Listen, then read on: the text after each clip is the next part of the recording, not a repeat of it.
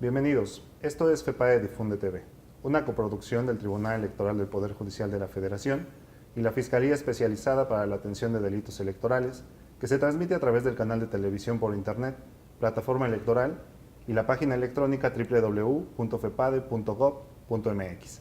El día de hoy nos acompaña la licenciada Cecilia Azuara Aray, quien es directora de la Unidad Técnica de Transparencia y Protección de Datos Personales del Instituto Nacional Electoral, para hablarnos justamente de transparencia en el ámbito administrativo electoral.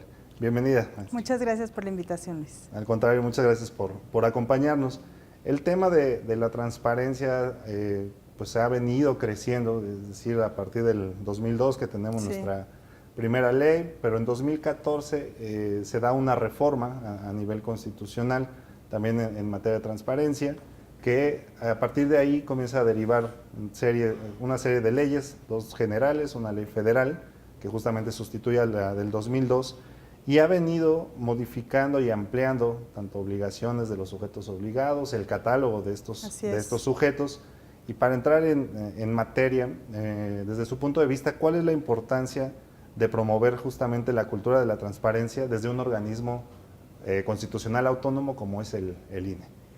Bueno, pues es muy importante. Te diría, ya ahorita creo que ninguna institución pública queda fuera como de esta aplicación y esta nueva política de transparencia que se ha implementado. Para el INE es muy relevante al ser el árbitro electoral, al ser el organismo que organiza las elecciones y pues su contribución en la vida democrática. Entonces, necesariamente cuanto más transparente sea de sus decisiones, del ejercicio de su gasto, de sus actuaciones, pues será un organismo que esté más cerca de la sociedad, que permita generar un mayor diálogo con la gente y por supuesto que tenga necesariamente o que propicie necesariamente pues mayor credibilidad en la institución, ¿no? Entonces sí es un elemento desde mi perspectiva toral. Claro, pero además por la naturaleza, como usted lo dice, del propio instituto, es quien debe generar esa apertura en principio, ¿no? Es decir, generar condiciones de certeza, de confiabilidad para la ciudadanía, y además lo ha dado, ¿no? Es decir, incluso antes de la primera ley, ¿no? Del 2002, el IFE en ese entonces fue desarrollando una serie de acuerdos, ¿no? de carácter interno que iban tendiendo hacia allá. ¿Cuál ha sido esta política institucional, digamos, de la institución? Pues lo dices muy bien. Yo creo que voy a hablar ahorita del IFE, ¿no? Lo dices muy bien. Yo creo que es una de las instituciones que nace pues más transparente en nuestra conformación, digamos, del Estado. Claro. Es la única institución que discute decisiones pues las más relevantes de cara al público, ¿no? A través del Consejo General. Pero además no se quedó ahí, sino que efectivamente antes de que hubiera un régimen de transparencia en nuestro país, el IFE adoptó decisiones muy importantes en la materia y fue delineando de alguna manera este camino hacia una ruta cada vez más transparente.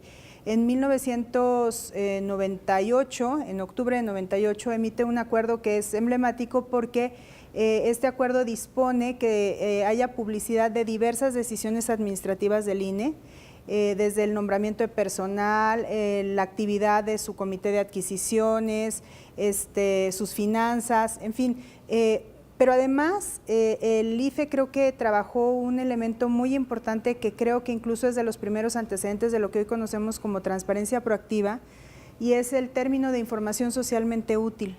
Cuando otras instituciones no se ocupaban todavía del tema, el IFE hacía ejercicios anuales para que sus unidades administrativas determinaran qué información podía ser de interés para la sociedad, con ciertos elementos, ¿no? ¿Qué utilidad podría proporcionar? Si realmente había pues esta utilidad al público en general. Y entonces se calificaba este listado, digamos, que hacía cada unidad administrativa, y de ahí se sacaba nueva información que se publicaba cada año. Entonces es un ejercicio, la verdad, para el momento en que fue determinado, pues muy novedoso, y que, insisto, es creo de los primeros antecedentes que tenemos de lo que hoy conocemos como transparencia proactiva, que ya está delineado en la nueva normatividad de manera mucho más clara, ¿no? Claro, sí, justamente fue, digamos, estuvo a la vanguardia y fue dando los primeros pasos, ¿no? en materia de transparencia. Este nuevo entramado legal, ¿no?, en el que ahora está una ley general y se han aumentado el número de obligaciones, pero antes de esta ley general que resultaba justamente aplicable la ley federal, el propio IFE tenía su reglamento. ¿Cuáles eran las obligaciones en materia de transparencia? Mira, eran muy basadas en lo que establecía la propia ley de transparencia, pero en términos generales, pues el marco normativo, las atribuciones que tenía el propio Instituto Federal Electoral. Sí, también fue muy vanguardista en cuanto a publicar información sobre los partidos. Recordemos que los partidos, en términos de la ley de 2002, eran sujetos obligados indirectos. Esto quería decir que lo que a mí me interesara saber de un partido político tenía que solicitarlo al INE, y solamente que el INE contara con esa información, pues estaba en posibilidad de dármelo en términos estrictos de lo que disponía la norma. Sin embargo, perdón, me confundo con IFE e INE, estamos hablando del IFE. Sin embargo, el IFE también fue más allá y incluyó a los partidos políticos dentro de las obligaciones de transparencia, es decir, había cierta información de los partidos relativa sobre todo, pues obviamente al recurso público que recibían, que se hacía público. Entonces, esto nos da cuenta nuevamente pues de otro punto innovador que tuvo el instituto, mucho antes de que esto fuera obligatorio, porque ahora ya los partidos sí tienen una obligación directa, deben publicar información en sus páginas, en fin. Entonces, entre otras cosas, pues creo que de lo más novedoso la cuestión de los partidos y por supuesto lo que tenía que ver o era concerniente a su vida administrativa, ¿no? Claro. Contrataciones, personal, en fin. Pero incluso llevado a los portales, ¿no? Es decir, el IFE realizaba también esta evaluación, ¿no?, anual a los portales. Partidos. Exactamente, una especie de checklist en la que iba analizando si se había cumplido con cada una de las obligaciones, y además después había un efecto o una especie de retroalimentación con el partido, ¿no? Totalmente. Es decir, con la intención de buscar cómo cumplir, ¿no? Es decir, más allá de ir directamente a una sanción, lo que siempre buscó o lo que ha venido buscando. Sí, una especie de recomendaciones, ¿no? Donde los partidos podían ir mejorando su estándar de transparencia, siempre a través de la página de las obligaciones que establecía el reglamento que emitía el INE, pero ir mejorando este estándar de transparencia. Exactamente. Sí. Cuando pasamos en esta reforma del 2014, se incrementa, digamos, sustantivamente, exponencialmente casi el número de rubros temáticos. Pasamos de 32, digamos, en el ordenamiento anterior a 78 actualmente. Así es. ¿Qué comprenden o cuáles son algunos de los temas que comprenden estos rubros temáticos, digamos? Pues tenemos las obligaciones que compartimos con otros sujetos obligados, que son comunes a todos, que son 48, y ahí encontramos pues la remuneración de servidores públicos. Estas comunes tienen mucho que ver con cuestiones de índole pues administrativo, de ejercicio de recursos, contrataciones. Y luego encontramos unas ya muy particulares que tienen que ver con la propia actividad que realiza el INE en materia de fiscalización o en materia de la organización de las elecciones. Y tenemos dos fideicomisos que actualmente también reportan ciertas obligaciones de transparencia, y eso hace un total efectivamente pues de 78 obligaciones de transparencia, ¿no? Claro, se ha ampliado de manera muy importante. Muy importante. Con este cambio también, digamos, en esta lógica del institucional, ¿no?, que cambia, por decirlo así, en términos coloquiales, el estatus del INE como sujeto obligado, es decir, antes él tenía su propio ordenamiento, ahora es sujeto de otra normatividad. El INAI, como máxima autoridad en esta materia, comenzó a realizar diagnósticos justamente a las obligaciones de transparencia de los sujetos obligados, que según información del INAI son 862 sujetos obligados, respecto a los cuales hizo este diagnóstico, y entre ellos se encuentra justamente el Instituto Nacional Electoral. En su perspectiva, salió muy bien evaluado, lo vamos a ver un poco más adelante, pero en su opinión, ¿cuáles son los resultados de las estrategias implementadas por el INE justamente para atender estas obligaciones de transparencia? Yo creo que justamente se cristaliza aquí todo el trabajo de transparencia que ha venido haciendo el INE, o sea, ante CIFE. No es un trabajo nada más de ahorita, ¿no? Y no es un trabajo que involucre a poca gente, es un trabajo que se viene haciendo desde la creación del instituto como un organismo autónomo, en donde empezó a implementar políticas que siempre fueron encaminadas a ser más transparentes y que ahora dan un fruto porque cuando uno trabaja en una institución donde la política que domina es una política de transparencia, pues entonces todo el mundo ya tiene como un chip muy claro de que el trabajo se expone, ¿no? Claro. Entonces creo que eso es resultado, por supuesto ha tenido complejidades importantes porque la nueva legislación ahora es muchísimo más complicada, mucho más exhaustiva, mucho más amplia, y ha habido que hacer varias cosas, entre otras se ha dado una extensa capacitación a los servidores públicos. El instituto además de por sí es un instituto grande, es un instituto complejo, entonces eso también tiene que ver, ¿no? No somos una institución de 200 personas o de 500 personas, es una institución que además tiene representación en toda la República, entonces, en fin, hay varios detalles. Entonces se ha capacitado a un buen número de servidores públicos, la capacitación es continua, seguimos en eso y la seguiremos haciendo todavía el próximo año.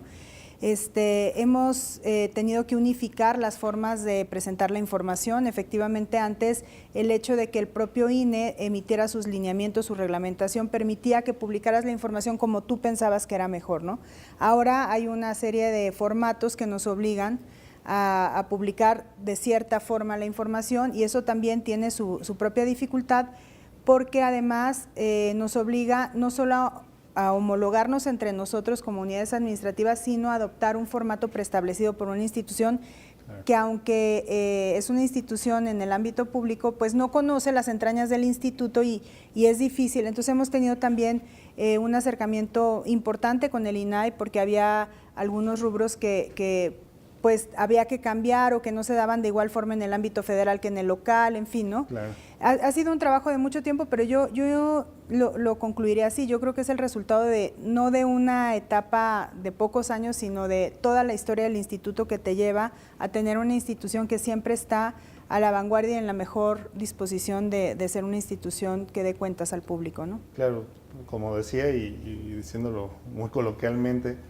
traen el chip, ¿no? Así puesto, es. la gente que trabaja en la institución, de que justamente su trabajo va a tener que salir a la luz y entonces bajo esa lógica es que se va desarrollando, Así digamos, es. toda esta dinámica de estar entregando información en tiempo, ¿no? a la unidad encargada de hacerla llegar. Vamos a una breve pausa y continuamos. Gracias. En un momento más seguimos platicando sobre transparencia en el ámbito electoral.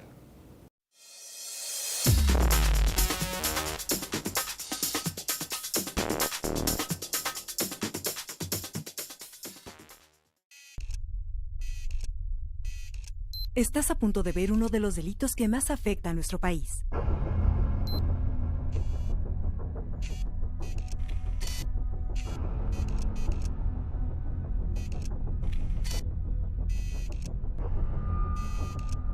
La compra de votos es un delito. Si alguien lo intenta o lo sugiere, denúncialo ante la FEPADE. Contigo, México es más. Súmate. Instituto Nacional Electoral, INE. La Defensoría Electoral para Pueblos y Comunidades Indígenas del Tribunal Electoral del Poder Judicial de la Federación ofrece gratuitamente servicios de defensa y asesoría para garantizar tus derechos político-electorales, tutelando la participación de mujeres y hombres indígenas en condiciones de igualdad jurídica, para elegir órganos de autoridad, conforme a tus propios sistemas normativos internos. 20 años protegiendo tus derechos políticos. Votar libremente es un derecho que nadie te puede quitar. Quien lo intente está cometiendo un delito. Si te presionan para votar a favor de un candidato, partido o coalición con violencia verbal o física, denúncialo. Si te condicionan los beneficios de algún programa social a cambio de tu voto, denúncialo. Por ley, hay sanciones para quien cometa delitos electorales que van desde multas hasta cárcel. Acude a la FEPADE o a cualquier ministerio público. Fiscalía Especializada para la Atención de Delitos Electorales. Instituto Nacional Electoral, INE. A lo largo de 20 años, el Tribunal Electoral del Poder Judicial de la Federación ha impartido justicia electoral para favorecer tus derechos de participación política, como votar y ser votado, derecho a la información, libre afiliación y asociación, además de impulsar la participación política de la mujer y la defensa de los derechos de los pueblos y comunidades indígenas. Nuestro compromiso es dotar de certeza los procesos electorales. Tribunal Electoral del Poder Judicial de la Federación. 20 años protegiendo tus derechos políticos. El blindaje electoral es cuidar que los recursos de los programas sociales sean usados de manera correcta y no con fines políticos en épocas electorales. Esto mediante acciones que lleva a cabo la Sede Sol. La FEPADE persigue los delitos electorales como el condicionar programas sociales a cambio de brindar el apoyo a candidatos o partidos políticos. El órgano interno de control se encarga de recibir todas las quejas y denuncias en contra de los servidores públicos de la Sede Sol en caso de que cometan alguna infracción en contra de tu derecho a votar. Tus derechos políticos son derechos humanos. El Tribunal Electoral del Poder Judicial de la Federación los protege y tutela mediante la impartición de justicia electoral abierta. Cada sentencia del Tribunal Electoral del Poder Judicial de la Federación contribuye a protegerlos y fortalece los principios que rigen los procesos electorales. Tribunal Electoral del Poder Judicial de la Federación. 20 años protegiendo tus derechos políticos. El blindaje electoral es una estrategia de política pública de la Sede Sol con el fin de prevenir y evitar que los programas sociales influyan en las elecciones, garantizando la correcta aplicación de los recursos públicos. Si un servidor público facilita personal a su cargo, dinero y servicios que tiene para el desempeño de sus actividades en apoyo de un candidato o partido político, es un delito electoral que persigue la FEPADE. El órgano interno de control sanciona administrativamente toda irregularidad cometida por los servidores públicos de la Sede Sol en materia electoral.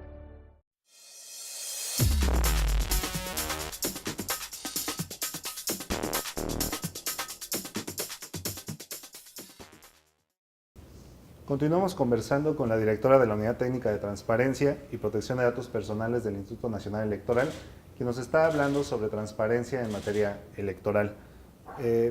Maestra, hablábamos en el bloque anterior justamente de la calificación que obtuvo el INE en este diagnóstico, que bueno, en el porcentaje de cumplimiento obtuvo un 95.96%, lo cual equivale a un cuarto lugar, ¿no? en este ranking de los 862 sujetos obligados. ¿Qué significa este cuarto lugar para el INE? Pues yo creo que es un gran reconocimiento y además, pues diría, es un incentivo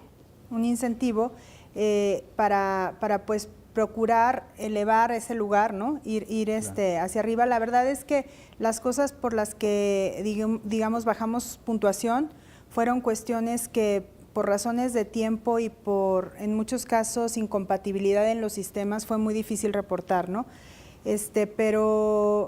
Pero yo creo que sobre todo eso, por supuesto, todo reconocimiento siempre es bienvenido, siempre motiva, y sobre todo pues se reconoce un esfuerzo de muchas áreas, de mucho tiempo, de dedicación, porque pues se le han dedicado muchas horas y pues la verdad es que nos dio mucho gusto. Claro, pero además fue justamente, como sabes, una etapa de tránsito, ¿no? Así es. En lo que se estaban homologando los criterios, incluso desde cuestiones que pudieran pensarse básicas como los formatos que comentaba, ¿no? Es decir, todo eso, digamos, es un lugar bastante importante el que hayan obtenido el cuarto lugar por las dimensiones propias de la institución, además. Así ¿no? es. Es decir, implicó un reto de grado mayor.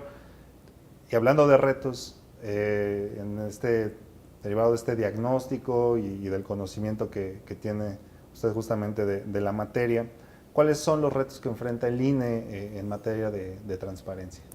Pues, a ver, yo creo que como bien señalabas, esta etapa de transición ha sido una etapa de muchísimo aprendizaje para la aplicación de la nueva normatividad, incluso un aprendizaje en nuestra relación con un organismo distinto en materia de transparencia, que es el INAI, que también implica otra serie de cuestiones que hay que considerar, ¿no? Entonces, a mí me parece que uno de los retos que tenemos es, primero, trabajar mucho más en transparencia proactiva, aunque he dicho que veníamos trabajando con uno de los antecedentes que yo creo que es de los primeros que hubo en esta materia, que es la información socialmente útil. Creo que las cargas de trabajo también hacen que vayamos rezagando un poquito el tema. Claro. Y creo que hablar de transparencia proactiva, como hoy lo plantea la ley, implica no solamente determinar por nosotros mismos qué es lo que le interesa a la sociedad, sino generar vínculos con la sociedad y a partir de esos vínculos con la sociedad determinar qué les interesa, ¿no? O sea, con su colaboración. Entonces creo que esa parte es un gran reto que tenemos, generar un acercamiento más próximo con la ciudadanía, saber qué les interesa conocer del INE. Ya hay mucho publicado del INE, pero aparte de eso que está publicado o en los términos que está publicado, no sabemos si está siendo de utilidad. Claro. Lo iremos sabiendo seguramente con mediciones que hará el INAI, supongo, pero más allá de eso necesitamos acercarnos más para poder conocer qué es lo que quiere la ciudadanía que se publique y a partir de ahí ir definiendo una política de transparencia proactiva. Entonces, ese creo que es un gran reto. Otro reto que tenemos, pues por supuesto, es seguir capacitando a la gente también. Cuando estamos inmersos en un proceso electoral, hay mucha gente que se incorpora a trabajar al INE y con ritmos realmente complicados, ¿no? Entonces, lo que estamos ahora promoviendo es que haya una inducción básica en materia de transparencia para todo aquel que entra. No tiene que especializarse, claro, ni tiene que trabajar tomar un curso de 6 meses, ni mucho menos, pero al menos tiene que tener ciertos conocimientos básicos. Y eso para nosotros se vuelve algo muy importante justo ahora que estamos en proceso electoral y que, insisto, la gente está muy ocupada en muchos temas que todos son importantes, ¿no? Entonces el reto de la capacitación es otro y bueno, pues sensibilizarnos cada vez más de que parte de la credibilidad de la institución depende en gran medida de este diálogo que generemos con la sociedad y eso, pues para eso la herramienta, creo que una de las herramientas más importantes es justamente una buena política de transparencia. Claro, y además regida o encuentra su origen en la lógica del gobierno abierto, ¿no? Así es, o de la totalmente. gobernanza justamente, así es, en donde la interacción con la sociedad civil, o la sociedad en general, pero la sociedad civil incluso organizada, ¿no? Ya no es vista, digamos, como un acompañante más de las instituciones o un espectador, ¿no? Exactamente, Ajá. ¿no? Sino ahora ya se establecen vínculos en el que permite la interacción justamente para que responda a la pregunta, ¿esta información que estoy poniendo a tu disposición realmente te interesa o solo es la que yo como institución pensaba que te interesaba, ¿no? Claro. Y a partir de esa lógica hacer las modificaciones. Comentaba ahorita sobre las cargas de trabajo, ¿no? que se incrementan también en el instituto derivado de los procesos electorales, que aunque van iniciando, pues toda la programación viene desde meses, incluso años atrás. ¿Cuál va a ser el papel de la transparencia en estas elecciones que además se ha mencionado, son las más grandes, son las más importantes por elementos cualitativos, cuantitativos, pero la transparencia, ¿qué juego, digamos, va a tener? Pues yo creo que es un papel protagónico el que tiene. El consejero presidente lo ha dicho muchas veces, la transparencia le da fortaleza a la institución y en un proceso electoral que es pues el más complejo que hasta ahora vamos a haber vivido, pues con mucho más razón la relevancia de la transparencia se incrementa, ¿no? Entonces sí tiene que ser un proceso que se distinga por eso, por pues por un actuar de la institución totalmente de cara a la sociedad, con un ánimo de diálogo, de transparencia constante y creo que esa es la forma en que puede de alguna manera pues este proceso tan grande y con tanto reto y con tantas complejidades pues llegar a la sociedad de la manera más correcta, ¿no? Claro. Entonces sí, es un papel relevante sin duda siempre y en todo momento, pero mucho más en periodos, digamos, que como ahora en el caso del INE, pues se vive un momento de una intensidad de trabajo, de decisiones que impactan de manera importante para todos, pues estamos, digamos, en el ojo del huracán, claro, ¿no? Entonces, prácticamente todo lo que hoy se decide en el INE tiene o conlleva un interés público, todo impacta en lo que vamos a vivir en los próximos años y le interesa a distintos actores de la sociedad. Entonces, definitivamente creo que el papel de la transparencia tiene que ser protagónico. Claro, además todas las decisiones pasan por la opinión pública, Así a veces es. informada, a veces no tan informada. Desgraciadamente. ¿No? Ujú. Y entonces todo eso va generando una dinámica en la que el instituto a veces ha sufrido cierto desgaste, digamos, Sí. propio de la naturaleza, pero además justamente en la medida en que la población en general, la ciudadanía tenga información, ¿no? Veraz, certera sobre el desarrollo Y de los oportuna, procesos. diría yo. Es Además. bien importante, oportuna, ¿no? Exactamente, los tiempos, ¿no? Así Además es. es justamente, a veces las instituciones no tienen, por decirlo así, este timing, Sí. ¿no? A veces una respuesta fuera de tiempo ya no tiene el resultado. El mismo efecto, ¿no? El efecto. O ya se seguro. dañó mucho la credibilidad o la opinión que pudieran tener otros que ya leyeron al que opinó. En fin, o sea, por supuesto la libertad de expresión ahí está, Claro. pero es bien importante que las instituciones pongan sobre la mesa la información, los datos y pues todo aquello que le interese a la sociedad para que también puedan de primera mano conocer qué está sucediendo, ¿no? Porque es una forma de comunicación, ¿no? Totalmente. Es decir, la transparencia es justamente uno de los vínculos y seguramente les van a estar llegando muchísimas solicitudes Sí, se incrementan también de manera información. importante. Hablando de los retos y cómo lo ha venido enfrentando el instituto, hay una publicación que realizaron que se le denomina el ABC de la transparencia, además de las capacitaciones. ¿En qué consiste esta publicación? Muy bueno esto, porque había olvidado comentarlo. Lo que consideramos en la unidad de transparencia con la reforma de 2014, que impacta pues de manera muy importante en todos los sujetos obligados, pero fundamentalmente en aquellos que habían quedado como sujetos obligados distintos del Poder Ejecutivo, ¿no? Como los otros sujetos obligados que se les denominaba. La ley de 2002 en su artículo 61 establecía que todos los organismos autónomos, constitucionalmente autónomos, el Poder Legislativo y el Poder Judicial, si bien quedaban sujetos a la ley, estaban en posibilidad de emitir su propia reglamentación y de establecer sus propios organismos o su propio diseño institucional para llevar a cabo esta nueva etapa de las instituciones públicas en materia de acceso a la información. Entonces, para el INE, por supuesto, aún con esta tradición de transparencia que tiene, con esta constante innovación que tuvo en los temas, pues sí hubo que reacomodar varias cosas, hubo que establecer una nueva reglamentación, fortalecer alguna estructura en la unidad de transparencia, en fin, y parte de lo que pensamos que podía ser útil era generar un manual para los servidores públicos, fundamentalmente el instituto, pero para todo aquel que quisiera conocer cómo se trabaja la transparencia dentro de la institución.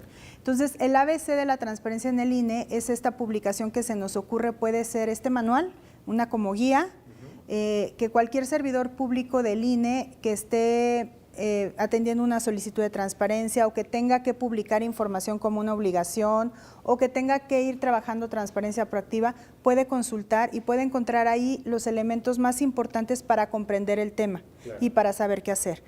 Se establecen aspectos de clasificación, desclasificación, periodos de reserva, cuándo la información es reservada, cuándo es confidencial, cuánto tiempo puede estar con ese carácter, en fin. Es una serie, como lo dice su nombre, ¿no? Es es el ABC que en el instituto tenemos que manejar diariamente e insisto, puede servir para cualquier persona que quiera saber cómo nos involucramos internamente en el tema. Además de esta publicación del ABC de la transparencia, también han desarrollado herramientas informáticas y bueno, ya a manera de conclusión, ¿en qué han consistido estas herramientas? Sí, efectivamente, tenemos una herramienta informática que nos ha ayudado a publicar no solo en los formatos o a través del Sistema Nacional de Transparencia, de la Plataforma, Nacional de Transparencia, la información, sino en nuestra propia página. Entonces, esta herramienta a cargo del área de informática de la propia institución ha sido un desarrollo muy importante para facilitarnos en tiempo y en forma la publicación de información y además estamos mejorando el sistema Infomex, le llamamos todavía nosotros, que es el sistema de gestión interna, a partir del cual se tramitan y se gestionan las solicitudes de acceso a la información, con varias mejoras, porque esperamos que el año que entra ya a partir de este sistema se pueda generar estadísticas, se pueda generar una búsqueda de información mucho más sencilla. Recordemos que la ley establece que todas las solicitudes que se presenten son públicas y sus respuestas también. Claro. Y esto sirve para que pues alguien que está buscando información pueda acudir a este tipo de sitios y pueda encontrar si la información que quiere conocer ya está publicada. Y esto hasta ahora así es, pero no teníamos un buscador eficiente, ya lo estamos trabajando. En fin, sí hemos tenido como un interés muy particular en que las herramientas informáticas sean aliadas de la transparencia en el INE y bueno, sabemos que lo han sido desde que se emitió la ley en 2002, ¿no? Claro, es otro de los ámbitos en los que ha ido a la vanguardia el instituto, siempre aplicando las nuevas tecnologías, que además, como comentamos hace un momento, es uno de los ejes rectores del gobierno abierto, ¿no? Totalmente. Y el INE se ha mantenido justamente al día con este tema. Pues yo te agradezco mucho que nos hayas acompañado, un gusto platicar contigo. Igualmente. Muchas gracias a ustedes por habernos acompañado, nos vemos la próxima.